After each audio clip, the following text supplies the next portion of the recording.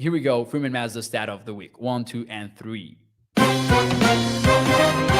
All right, ladies and gentlemen, the Freeman Mazda Stat of the Week, presented to you by freemanmazda.net, is a brief history look into the wildcard teams.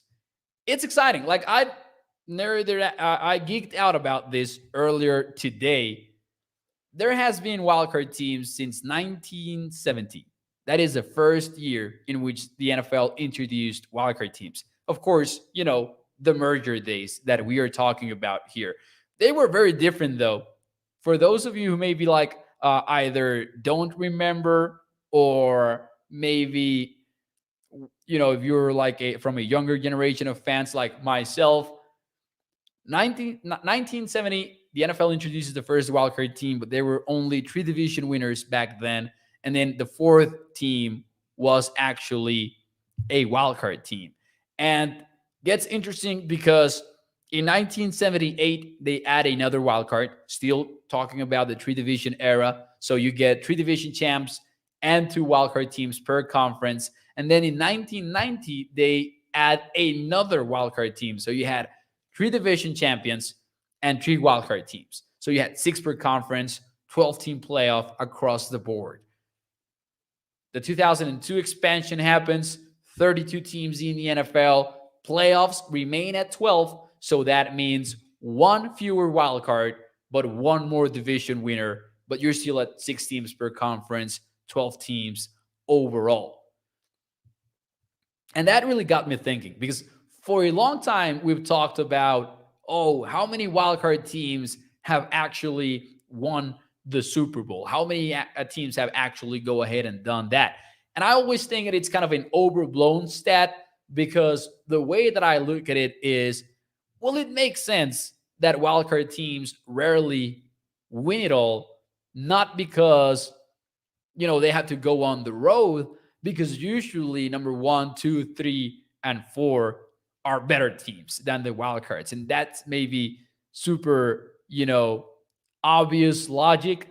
But when they frame it to you like only these 7 teams have won the Super Bowl as a wild card, you think that it's super impossible.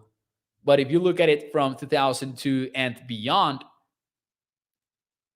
it's still hard, but it's maybe not as hard. And this is the actual Freeman Mazda Stat of the Week for y'all. Since 2002, the 2005 Steelers won the Super Bowl as the 6th seed. The 2007 Giants, as the 5th seed, beat the undefeated Patriots. We know that. The 2010 Packers won the Super Bowl as the 6th seed. And then most recently, you had the Tampa Bay Bucks from 2020 going on an impressive run and winning it all with Tom Brady at quarterback.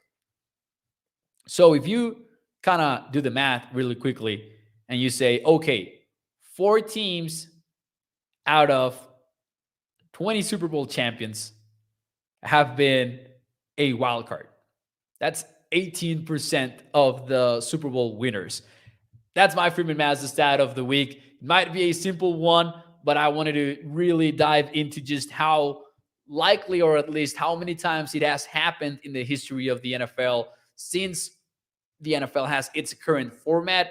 How many times has a wildcard team go on and won the Super Bowl? That's 4 times, 18% since 2002. And that's not considering which teams that were losing teams made it into the Super Bowl. So we're talking just winners exclusively here. That is my Freeman Mazda Stat of the Week. So my question from me to you before we move on here, before we move on from the Freeman Mazda Stat of the Week is, what is one word to describe the Cowboys Super Bowl chances?